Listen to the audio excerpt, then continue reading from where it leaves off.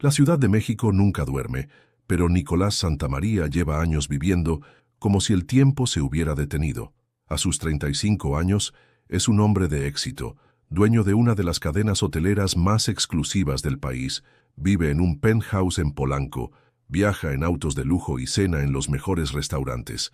Sin embargo, todo eso dejó de importarle hace 5 años, el día en que su esposa y su hija murieron en un accidente en Paseo de la Reforma. Desde entonces, su vida es solo rutina. Trabajo, reuniones, llamadas interminables con inversionistas y silenciosas noches en una casa demasiado grande para una sola persona. Evita cualquier vínculo emocional, prefiere el control, la lógica, el orden. En el fondo, sigue atrapado en aquel instante en el que lo perdió todo. Esa noche, después de una cena de negocios en Santa Fe, decide tomar un camino alterno de regreso. No tiene prisa por llegar a casa y el tráfico está insoportable. Se adentra en calles que no suele recorrer, pasando por colonias deterioradas, con luces parpadeantes y paredes cubiertas de grafitis.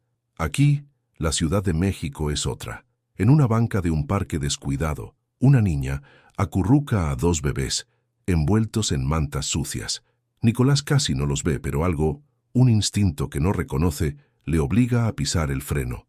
La niña lo observa con ojos grandes y alerta. No parece asustada, pero sí exhausta. Los bebés están inmóviles, apenas visibles bajo las cobijas. Nicolás baja del auto sintiendo un frío extraño recorrerle la espalda.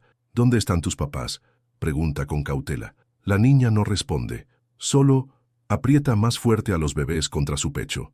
Nicolás saca el celular para llamar a la policía, pero la señal es mala. Mira a su alrededor. Nadie más parece notar a los niños. El aire es helado y los bebés no se mueven. Nicolás sabe que no puede dejarlos ahí. «Voy a ayudarlos», dice con firmeza. La niña lo mira con desconfianza, pero no protesta cuando él carga con cuidado a los bebés y los lleva hasta su auto. Ella los sigue, aún abrazando la manta raída que los cubría. Mientras conduce hacia su casa, una sensación desconocida le invade. No planeaba hacer esto.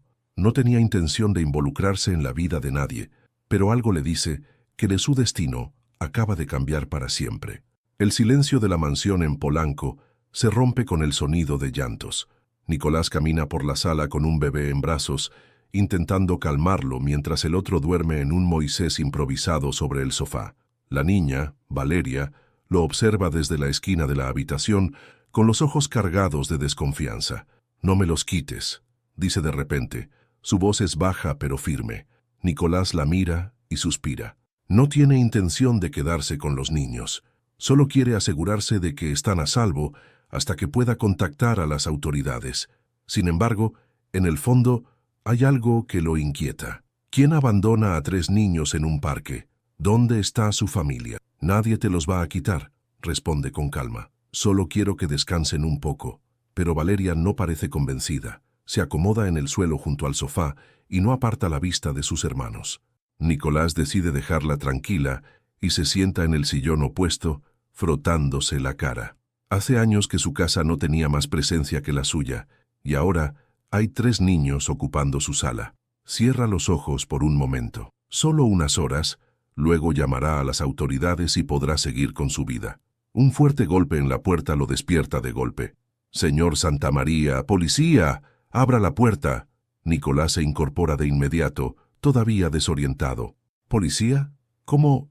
Mira a través de la mirilla. 2 agentes con chalecos antibalas esperan afuera, sin armas en la mano. «¿Qué sucede?», pregunta, abriendo la puerta con cautela. «Tenemos un informe sobre menores retenidos en esta vivienda. Necesitamos hacer algunas preguntas». Nicolás frunce el ceño, sorprendido, pero les permite entrar. Minutos después, la situación se complica cuando una alerta por secuestro infantil llega a la radio de los agentes, lo que desencadena la detención. «¡No, déjenlos!», grita la niña pataleando. «No hice nada». Nicolás finalmente encuentra su voz. «Yo los encontré en la calle», pero nadie parece escucharlo. Uno de los oficiales lo esposa y lo empuja contra la pared. «Señor Santamaría, queda detenido por secuestro de menores». Las palabras retumban en su cabeza. ¿Secuestro? ¿Qué demonios está pasando? La estación de policía huele a humedad y café viejo. Nicolás se sienta en una silla incómoda mientras un ventilador hace un ruido molesto en la esquina de la sala de interrogatorios. No entiende nada. Frente a él, una mujer de expresión dura lo observa con los brazos cruzados. ¿Va a hablar o va a seguir callado? Nicolás entrecierra los ojos. No tengo nada que ocultar. Ya dije todo. Encontré a los niños en un parque. Estaban solos. ¿Qué se suponía que debía hacer? La mujer suspira y toma un expediente. Soy la detective Camila Rivas. Lamento decirle que su versión no convence. Buscamos en los reportes recientes, pero no encontramos denuncias oficiales de niños desaparecidos en esa zona. Sin embargo, Camila hojeó un expediente. Hay una denuncia interrumpida. Nicolás frunció el ceño. ¿Qué significa eso? Alguien intentó denunciar la desaparición de una mujer y sus hijos hace 3 días, pero la llamada se cortó antes de dar más detalles. Nicolás se tensa. ¿Cómo que no? Además, Camila lo ignora. Alguien llamó al 911 diciendo que usted estaba reteniendo a esos niños en su casa. Ahí está la razón de la redada. Alguien lo denunció. No tengo idea de quién pudo haber sido, responde con la mandíbula apretada. Solo traté de ayudarlos. Camila lo observa por un largo momento. ¿Sabe qué es lo peor, Santa María?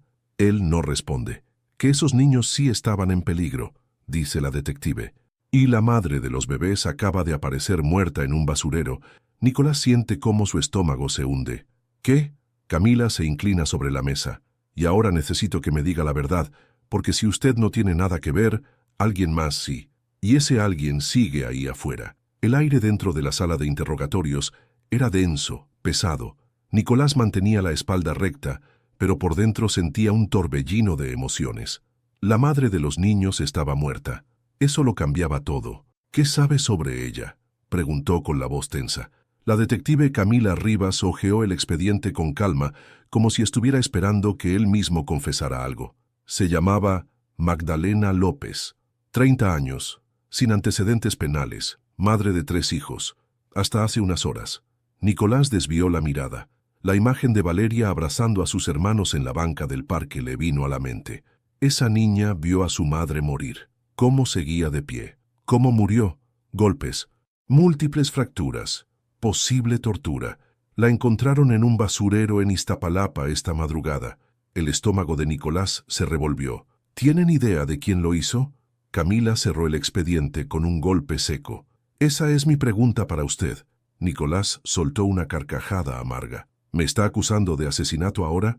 Aún no, pero seamos realistas, Santa María. Usted es un empresario millonario. Vive en una casa en Polanco. Y de la nada aparecen 3 niños en su sala, sin denuncia de desaparición, sin testigos que confirmen su versión. ¿Cómo cree que su historia suena para mí? Él respiró hondo. Sabía que desde afuera todo parecía sospechoso. Pero había una verdad indiscutible. No tenía nada que ver con la muerte de esa mujer. Llamen a mis abogados. No voy a seguir aquí mucho más tiempo. Camila sonrió, pero no había simpatía en su gesto. Ya lo hicimos. Llegarán pronto. Pero mientras tanto tenemos un problema. Nicolás la miró con recelo. ¿Cuál? La detective entrelazó las manos sobre la mesa y lo miró fijamente. La niña, Valeria, no quiere hablar. En otra sala de la estación, Valeria estaba sentada con una frazada sobre los hombros.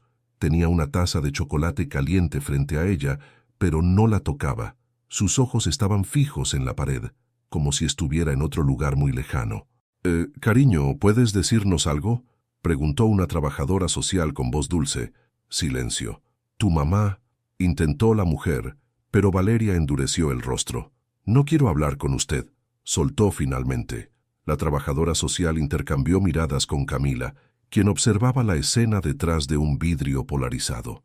Es fuerte, murmuró la detective. Demasiado para una niña de 8 años, respondió la mujer con tristeza. Camila apretó los labios.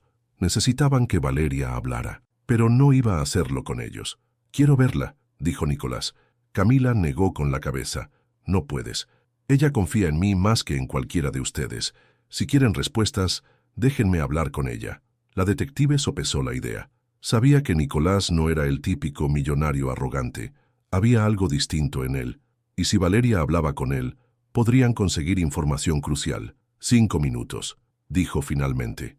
Nicolás fue escoltado hasta la sala donde estaba la niña. Apenas ella lo vio entrar, su rostro cambió. No sonrió, pero sus ojos reflejaron alivio. Se sentó frente a ella y respiró hondo. «Valeria, lo siento mucho». Ella bajó la mirada. «No quiero hablar de eso», susurró. Nicolás asintió. «Está bien, no hablaremos de eso. Solo dime una cosa. ¿Quién los estaba buscando antes de que yo los encontrara?» Los dedos de Valeria temblaron sobre la taza. Nicolás lo notó. Había miedo en su expresión. «No podemos volver», murmuró. Nicolás sintió un escalofrío recorrerle la espalda. «¿Por qué?» Valeria levantó la mirada con los ojos llenos de una tristeza profunda. «Porque si volvemos, nos va a matar a nosotros también». Nicolás sintió que su respiración se detenía. «Nos va a matar a nosotros también». Las palabras de Valeria resonaban en su cabeza como una campanada de alerta. «¿Quién, Valeria?», preguntó en voz baja, tratando de no asustarla. Pero la niña cerró la boca de inmediato. Había dicho demasiado. Sus ojos, llenos de terror, se desviaron a la puerta, como si temiera que alguien pudiera escucharla.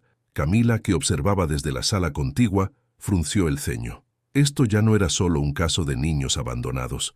«No la presiones más», dijo la detective mientras abría la puerta. «Ya tenemos lo que necesitamos». Nicolás se volvió hacia ella con incredulidad. «¿Eso es suficiente? Ella tiene miedo de alguien que sigue allá afuera». Camila suspiró. «Sabemos que la madre de los niños no murió por accidente. Ahora tenemos que descubrir quién la mató y por qué. Y mientras tanto, ¿qué pasará con los niños?». La detective guardó silencio por un momento antes de responder. «Serán enviados a un centro de acogida temporal mientras se resuelve el caso». «¿Un orfanato?», preguntó Nicolás con incredulidad. «Llamémoslo una casa de asistencia», respondió Camila con frialdad. «Es lo mejor para ellos por ahora». Nicolás sintió que la rabia hervía en su interior. Había visto demasiados reportajes sobre esos lugares. Eran fríos, impersonales, y muchas veces los niños terminaban peor de lo que llegaron. No iba a permitir que Valeria y sus hermanos pasaran por eso. «No», dijo de repente. Camila lo miró con escepticismo. «¿No qué?». Nicolás se puso de pie con determinación. «Voy a pelear por su custodia». 2 días después, Nicolás estaba sentado en la oficina de su abogado en Santa Fe, escuchando con el ceño fruncido cómo el hombre desglosaba los obstáculos legales que tendría que enfrentar. «Nicolás, sé que quieres ayudar, pero no es tan fácil. No tienes ningún parentesco con esos niños. No eres un tutor designado. La ley no te permitirá quedarte con ellos solo porque sí. Tiene que haber una manera», respondió él cruzando los brazos. «Contrátame como su tutor temporal, lo que sea». El abogado suspiró. «Podemos intentarlo, pero el DIFE ya tiene planes de asignarlos a una casa hogar mientras investigan su situación. Y hay un problema aún mayor». «¿Cuál?». El abogado sacó un expediente y lo deslizó sobre la mesa. El padre de los bebés apareció. Nicolás sintió que su sangre se congelaba. «¿Quién es?». «Javier Rocha, también conocido como el Puma».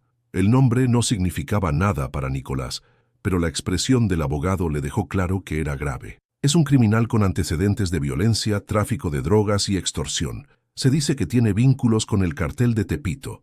Nicolás sintió una presión en el pecho. «¿Y él está reclamando la custodia?». «Sí, y aunque parezca absurdo, legalmente tiene derecho a hacerlo». Nicolás se puso de pie de golpe. «Ese hombre es un asesino. Valeria tiene miedo de él. No podemos dejar que los niños caigan en sus manos». El abogado se inclinó sobre la mesa. «Entonces, necesitamos probarlo». Esa noche Nicolás no pudo dormir. Se quedó sentado en su sala con la mirada perdida en la ciudad iluminada a través de los ventanales. Hace unos días, su vida era un vacío. Ahora tenía algo por lo que pelear. Valeria y los bebés. No eran su familia por sangre, pero algo en su interior le decía que eran su responsabilidad. No iba a permitir que los separaran. El Puma no podía ganar. Iba a hacer lo que fuera necesario para salvar a esos niños.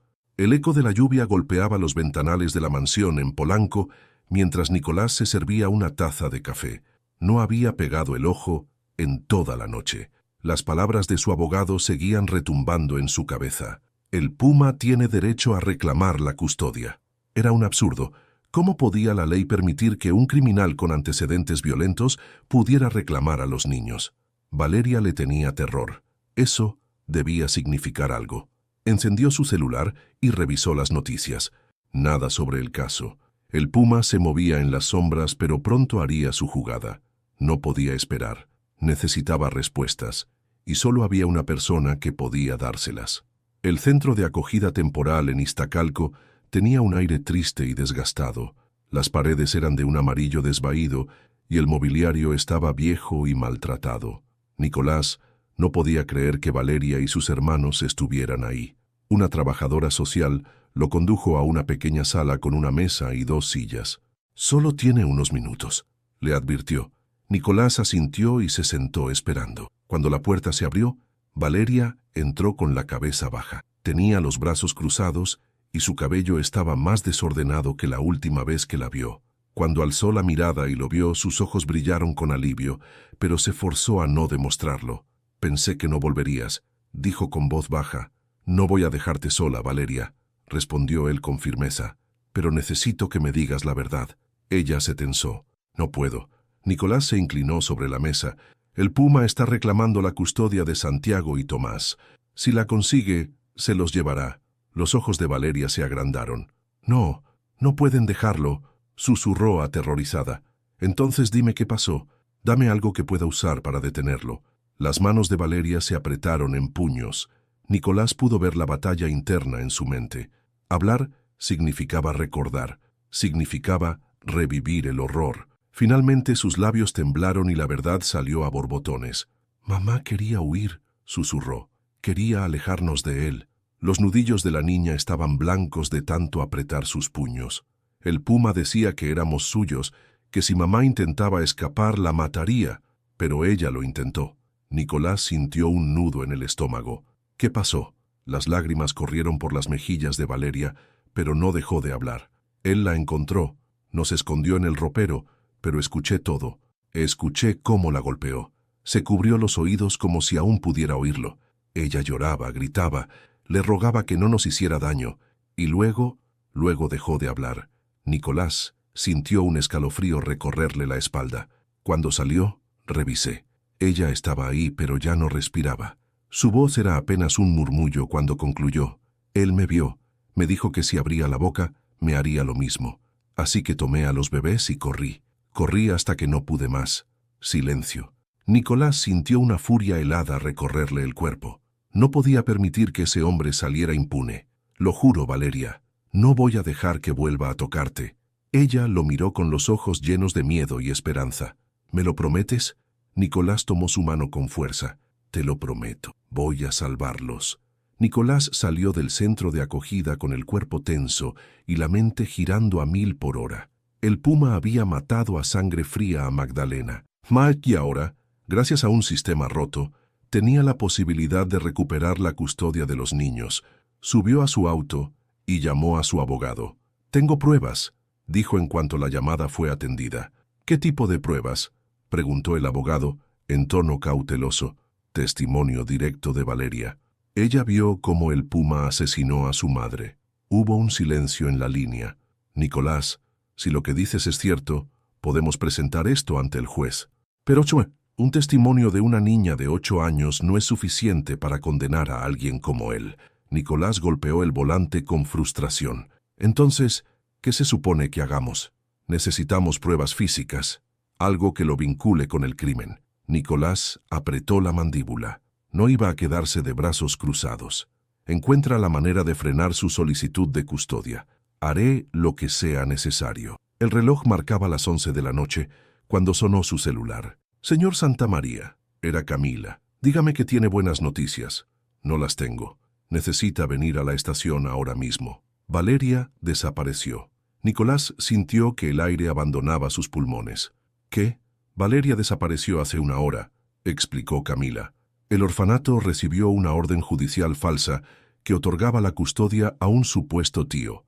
«¿Un tío?» «Era un documento fraudulento. Creemos que fue obra de El Puma, pero ahora está encubierto y no podemos rastrearlo fácilmente».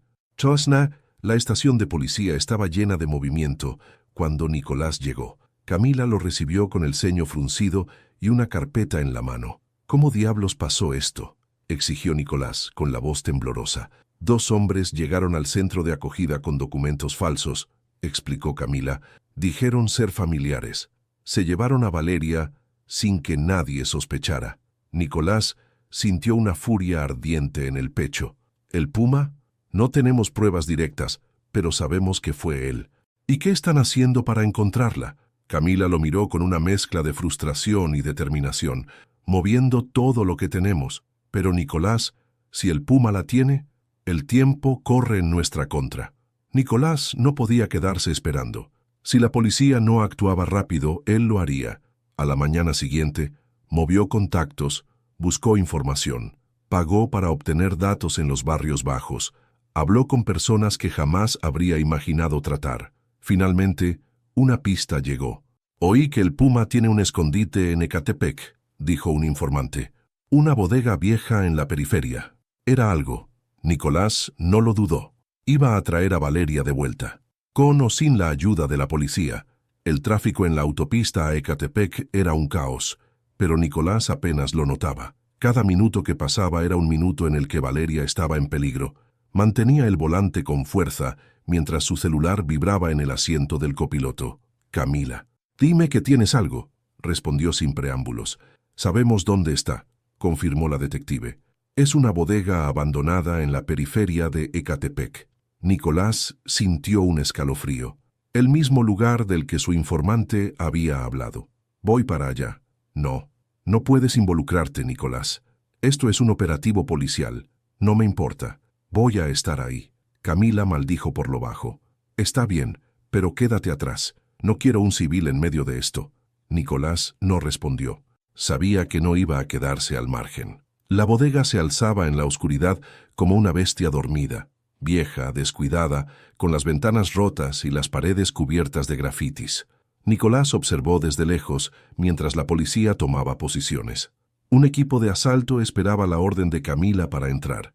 «Confirmado. Hay movimiento dentro», informó un oficial. Nicolás tragó saliva.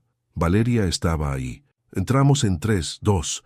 Un estruendo rompió la noche cuando la puerta principal fue derribada. «Policía, nadie se mueva». Los gritos resonaron en el interior. Nicolás se movió antes de que pudiera pensar en lo que estaba haciendo. Corrió hacia la bodega. «Nicolás, maldita sea», gritó Camila detrás de él, pero él no se detuvo. Adentro, la escena era un desastre. Varios hombres armados fueron derribados al suelo por los policías, esposados en cuestión de segundos.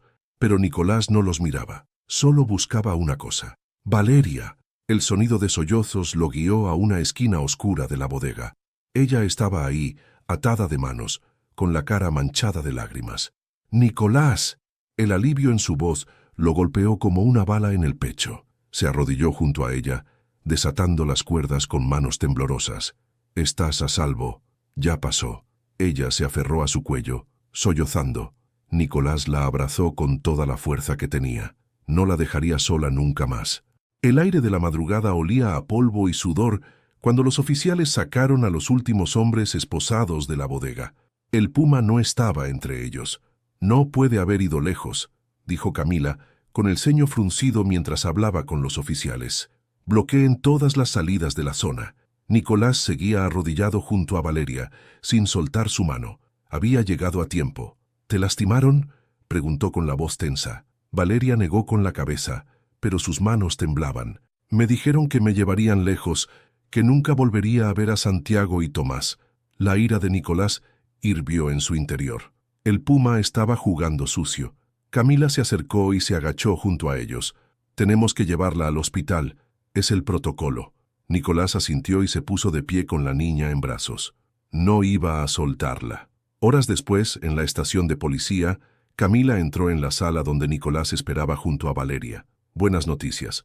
Atrapar a esos hombres nos dio lo que necesitábamos». Nicolás se enderezó. «¿Qué significa eso?». Camila arrojó un expediente sobre la mesa. Confesaron que trabajaban para el Puma y que él ordenó la muerte de Magdalena. «Tenemos pruebas suficientes para emitir una orden de arresto». Un alivio amargo recorrió el cuerpo de Nicolás. Lo habían logrado. Eso significa que no podrá reclamar a los niños. Camila sonrió de lado. Ni siquiera verá el día en libertad. Valeria, que había estado escuchando en silencio, exhaló un suspiro tembloroso. «¿Se acabó?». Nicolás le acarició el cabello con suavidad. «Sí, pequeña, se acabó». Días después, en el Tribunal de la Ciudad de México, Nicolás estaba sentado en la sala de audiencias. El último obstáculo estaba por terminar. El juez miró los documentos frente a él. El señor Santamaría ha demostrado un compromiso genuino con el bienestar de estos niños. Sin embargo, debido a la falta de un vínculo familiar directo, el tribunal concede la custodia temporal de Valeria, Santiago y Tomás mientras se realiza una evaluación completa de su entorno. El proceso legal puede durar meses, pero si el señor Santamaría mantiene las condiciones adecuadas para los menores, podrá solicitar la adopción definitiva. El corazón de Nicolás dio un vuelco. Lo había logrado. Se volvió hacia Valeria, que lo miraba con los ojos brillantes. «Eso significa que somos una familia», susurró ella. Nicolás le tomó la mano y sonrió. «Sí, somos una familia». El sol de la tarde entraba por los ventanales de la casa de Nicolás en Polanco, llenando el espacio con una calidez que antes no existía. Por primera vez en años la mansión ya no se sentía vacía. En la sala, Santiago y Tomás gateaban sobre una alfombra acolchonada, riendo con la energía despreocupada de los bebés. Nicolás los observaba desde el sofá, sintiendo un peso desconocido en el pecho. Era felicidad. Valeria entró a la sala con un libro en la mano y se dejó caer junto a Nicolás. «Es para que me ayudes a leer», dijo con un pequeño encogimiento de hombros. Nicolás sonrió. «¿Desde cuándo necesitas ayuda para leer?» «Desde que quiero que pases más tiempo conmigo», contestó con una mirada traviesa. Nicolás sintió un nudo en la garganta. 5 meses atrás, Valeria apenas hablaba. Ahora estaba aprendiendo a ser niña otra vez. «Bueno, entonces vamos a empezar», dijo acomodándola entre sus brazos mientras abría el libro. Las semanas pasaron y la rutina de la casa cambió por completo. Ahora había risas en los pasillos, juguetes tirados en el suelo y dibujos infantiles pegados en el refrigerador. Nicolás nunca se había imaginado como padre, pero se dio cuenta de que todo lo que había aprendido en el mundo de los negocios no le servía para cambiar pañales ni para hacer que Valeria se comiera las verduras. Pero no lo cambiaría por nada. Una noche, después de acostar a los bebés, Nicolás se quedó en la sala revisando unos papeles cuando sintió un tirón en la manga de su camisa. «¿Qué pasa, Valeria?», preguntó, alzando la vista. La niña jugueteaba con los dedos, nerviosa. «Nada, solo quería decirte algo». Nicolás dejó los papeles a un lado y se enfocó en ella. «Dime». Ella tomó aire profundamente, como si estuviera juntando fuerzas para hablar. «Gracias por no dejarme». La garganta de Nicolás se cerró. «Nunca iba a dejarte, Valeria. Eres mi hija». Los ojos de la niña brillaron con emoción. «¿De verdad?». Nicolás la abrazó con fuerza. «De verdad». Y en ese momento supo que ya no era un hombre solo. Ahora tenía una familia. El amanecer en la Ciudad de México pintaba el cielo de tonos naranjas y rosados, iluminando la casa en Polanco que meses atrás había sido solo un espacio vacío. Ahora era un hogar. Nicolás despertó con el sonido de risas en el pasillo. Se frotó los ojos y miró el reloj. 6:15 a.m. Otra vez habían madrugado. Se puso una camiseta y salió de su habitación. En la sala, Valeria estaba con Santiago y Tomás, tratando de enseñarles a caminar. «Vamos, Tomás, tú puedes», animaba con entusiasmo. Santiago ya había dado un par de pasos, pero Tomás aún se tambaleaba. Nicolás se apoyó en el marco de la puerta, cruzando los brazos. «¿Quién dijo que podían hacer esto sin mí?», preguntó con una sonrisa. Los tres voltearon a verlo. Tomás aprovechó el momento para caer de sentón en la alfombra y Valeria se echó a reír. «Queríamos darte una sorpresa». «Ah, ¿sí?». Nicolás se acercó y se sentó en la alfombra con ellos. «Entonces enséñenme». Valeria tomó a Tomás de las manitas y volvió a intentarlo. Nicolás observó con paciencia, sintiendo algo en su pecho que no podía describir con palabras. Esto era la felicidad. Ese mismo día, después de dejar a los bebés en su siesta, Nicolás llevó a Valeria al parque. Habían pasado tantas cosas en tan poco tiempo que sentía que aún tenían mucho que hablar. Se sentaron en una banca bajo la sombra de un árbol. «¿Cómo te sientes?», preguntó él, mirándola con curiosidad. Valeria pensó por un momento. «Feliz, aunque a veces tengo miedo». Nicolás frunció el ceño. «¿Miedo de qué?». La niña bajó la mirada. «De que esto se acabe, de que un día despiertes y decidas que no quieres ser mi papá». El corazón de Nicolás se encogió.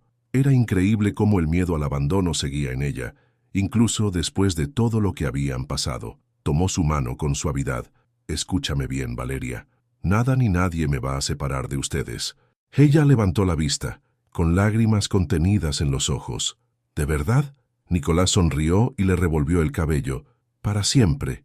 Valeria lo abrazó con fuerza. Voy a necesitar ayuda para aprender a ser tu papá, susurró Nicolás con una sonrisa cansada. La niña lo miró con seriedad. ¿Significa que no me dejarás? Significa que vamos a aprender juntos. Con el tiempo, el dolor se iría convirtiendo en recuerdos. Nicolás sabía que el proceso no sería fácil, que habría pesadillas y días difíciles, pero esta vez no estaría solo, porque la sangre no hace a una familia. El amor, sí. A veces, la vida nos sorprende con segundas oportunidades en los momentos más inesperados. La historia de Nicolás y los niños nos recuerda que la familia no siempre es la que nos toca, sino la que elegimos amar y proteger. Si este relato te emocionó tanto como a nosotros, no olvides dejar tu like y compartirlo con alguien que necesite un mensaje de esperanza. Queremos saber qué opinas sobre esta increíble historia, así que cuéntanos en los comentarios. ¿Qué harías tú en el lugar de Nicolás? Y si aún no formas parte de nuestra comunidad, suscríbete para más historias que te harán sentir, reflexionar y creer en los giros inesperados de la vida. Así dinos en los comentarios, ¿desde qué país nos estás viendo?